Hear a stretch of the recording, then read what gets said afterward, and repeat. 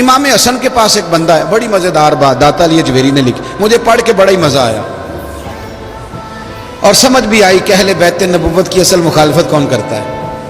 ایک شخص آیا تو اس نے آ کے نا معاذ اللہ حضرت مولا علی شیر خدا کو، معاذ اللہ ثم معاذ اللہ، امام حسن کے والد کو برا بلا کہا، پھر امام حسن کو کہا، وہ برا بلا کہتا جا رہا ہے، امام حسن مسکراتے جا رہے ہیں، ہنستے جا رہے ہیں۔ انجوائے کرنے کا آپ کا موڈ بن جائے تو سب کچھ انجوائے ہو سکتا ہے، لیکن اگر آپ نے مرچیں دانتوں کے نیچے رکھ کے اچھی طرح چبا لی ہوں اور کانوں سے بھی دھواں نکل رہا ہو تو پھر تو بھائی کوئی چیز بھی انجوائے نہیں ہوتی، پھر تو قصور یہ ہے کہ مرچیں نہیں چبانی تھی، آپ نے اپنا مزاج خود بڑا کڑوا کر لیا ہے، وہ کیسے کام چلے گا۔ وہ آیا تو اس نے آ کے نا امام حسن کو، آپ کے والد کو معاذ اللہ ثم معاذ اللہ نقل کفر نہ باشد برا بلا کہا۔ وہ کہتا جا رہا ہے، امام صاحب ہنستے جا رہے ہیں۔ جب وہ تھک گیا تو امام حسن فرمانے لگے، روٹی کھانی ہے؟ بھوک تو نہیں لگی ہوئی؟ کہنے لگا بڑی لگی ہوئی ہے۔ فرمانے لگے اس کو روٹی کھلاؤ، اس کو روٹی کھلائی، فرمایا تیرا حال؟ کہنے لگا بڑا غریب ہوں۔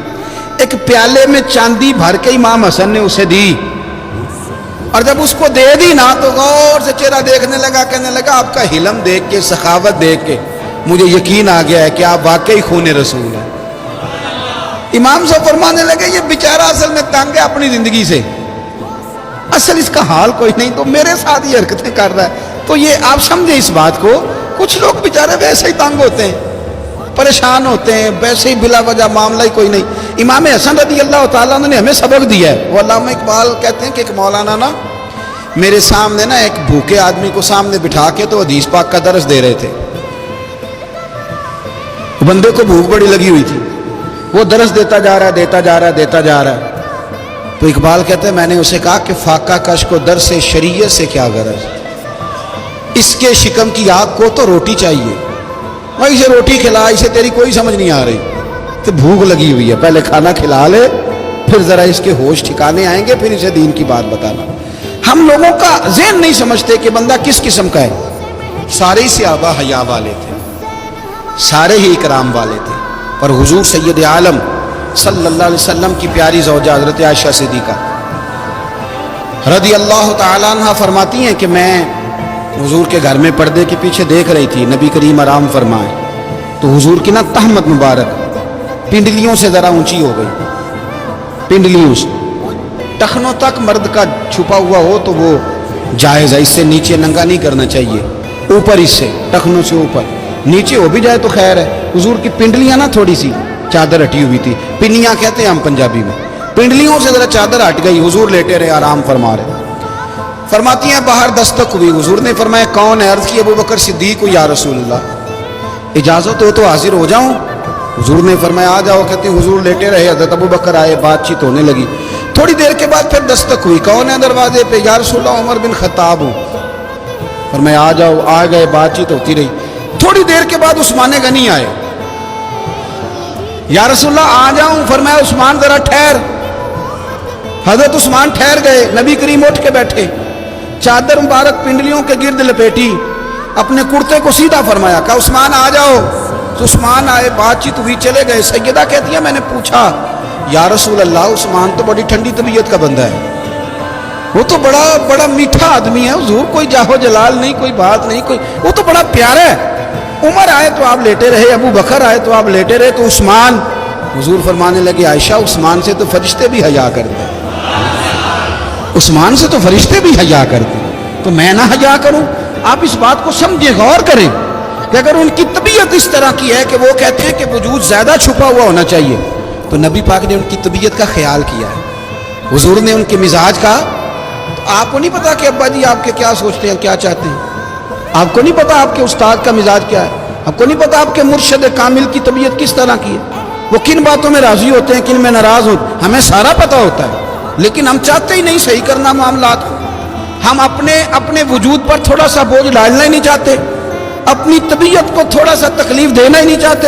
حضرت صدیق اکبر رضی اللہ تعالی مالدار آدمی، کروڑوں پتی شخص، لیکن انہوں نے نا ایک موقع پہ ٹاٹ کا لباس بھی پہن لیا۔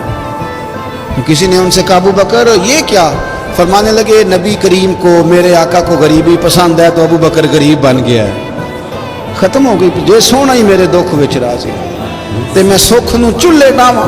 ٹھیک ہو گئی بات.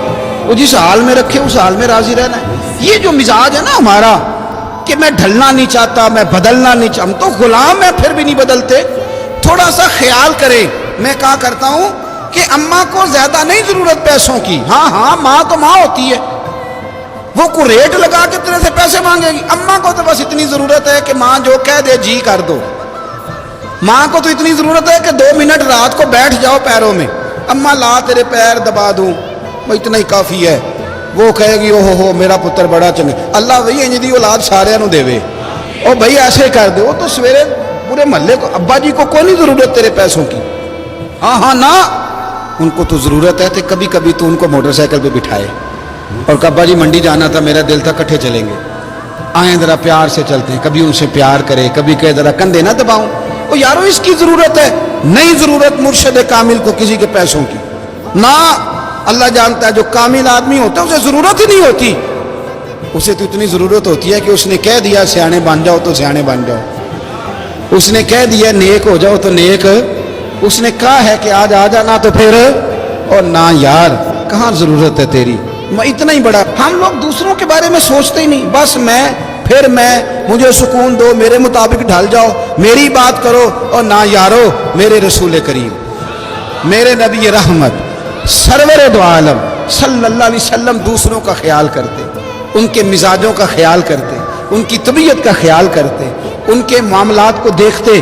میرے رسول پاک علیہ السلام تو دیکھتے کون شخص کس طرح کا ہے, کس رویے کا ہے, کس انداز کا ہے, اس کو اس کے مطابق عزت دیتے, وقار دیتے, نواز دیتے, اس شخص کا اس طرح کا اکرام کرتے. میرے نبی کریم صلی اللہ علیہ وسلم فرماتے ہیں میں نے معراج کی رات میں نے جنت میں ایک محل دیکھا. میرا دل کیا میں اندر سے جا کے دیکھوں, پر اس کے دروازے کے قریب گیا تو عمر فاروق کا نام لکھا تھا. فرماتے ہیں میں نے کہا عمر ذرا طبیعت کا سخت ہے. تو اس نے کہنا ہے قانون یہ ہے کہ پہلے اجازت لو پھر کسی کے گھر جاؤ. چلو ہم نہیں جاتے, عمر سے پوچھ کے چلے جائیں گے. گھر جو عمر کا ہے, نہیں آپ کو سمجھ آئی میری بات یار, نہیں سمجھے. جن کے قدموں کے صدقے گھر ملا ہے, اگر وہ یہ خیال کرتے ہیں کہ سامنے والے سے پوچھ لینا چاہیے, نہیں آپ نہیں سمجھے. او بھائی جن کے برکت سے وہ مکان ملا ہے, اگر وہ مزاج کا اتنا خیال رکھتے ہیں تو پھر مزاج رسول کا بھی تو خیال ہونا چاہیے. پھر مزاج سنو. پھر نبی کریم صلی اللہ علیہ وسلم واپس آئے. حضور نے بتایا وہ عمر تیرا مکان بڑا پسند ہے. یار میں اندر جانے لگا تھا, دروازے پہ حور بھی بیٹھی تھی, جانے لگا تھا اندر, تو وہ نا میں اس لیے نہیں گیا کہ عمر قانون بڑا پابند ہے. اس نے کہنا ہے کہ قانون تو اجازت لے کے جاؤ. تو عمر رو پڑے, عرض کرنے لگی حضور میں کہاں اور جنت کا مکان کہاں. مختصر سی میری کہانی ہے, یہ جو بھی ہے آپ کی مہربانی ہے. تو حضرت عمر رو پڑے. لیکن میرے رسول کریم صلی اللہ علیہ وسلم اب اتنا حضور خیال کرتے تو جناب عمر پتہ کون تھے, جرت نہیں تھی کسی مائی کے لال کی عمر کے سامنے کھڑا ہو سکے. ہاں جس کے سامنے شیطان نہ ٹھہر سکے, نکل جاتا ہے شیطان بھی. لیکن صحابہ کہتے ہیں جب کبھی حضور کے چہرے پہ شکن آتی تو اتنا وجود ہم نے کسی کا کامتے نہیں دیکھا جتنا عمر کانپا کرتے تھے.